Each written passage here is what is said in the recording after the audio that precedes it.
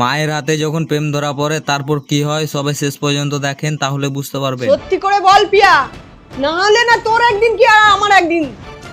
কি হলো, কি এত রাত্রে কেন চেঁচামেচি করছো মা? দেখ না তোর বোন লুকিয়ে লুকিয়ে কথা বলছিল কার সাথে, কি হ্যাপি অ্যানিভার্সারি না কি বলছিল। কি অ্যানিভার্সারি? তার মানে বিয়ে? তুই বিয়ে করে ফেললি? আমি তোর বিয়ের জন্য কত সাজ আর গয়না কিনে রেখেছিলাম, কি শাড়ি পরবো সেটাও ঠিক করে রেখেছিলাম, ও বিয়ে করে দিল। আমি মরছি আমার জ্বালায় আর ও পড়ে আছে সাজগোজ নিয়ে। আরে বৌদি ওটা লাভ অ্যানিভার্সারি।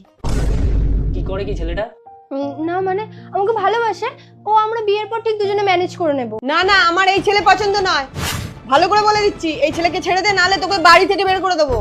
এই যে মা, আমি লাগেজ নিয়ে চলে এসেছি, তুমি ওকে এক্ষুনি বাড়ি থেকে বার করে দাও। আরে এগুলো তো আমার জামা কাপড় আছে, এটা তো আমার ব্যাগ। তুমি কি চাইছো আমাকে বাড়ি থেকে বের করে দিতে? সরি মা, আমি রেখে আসছি। তোকে শেষবারের মতো বলছি, ওই ছেলেটার সাথে থাকবি না এই বাড়িতে থাকবি, ভালো করে ভেবে দেখ। দাদা তুই একটু মাকে বুঝিয়ে বল না, যেন মা আমাদের মেনে না।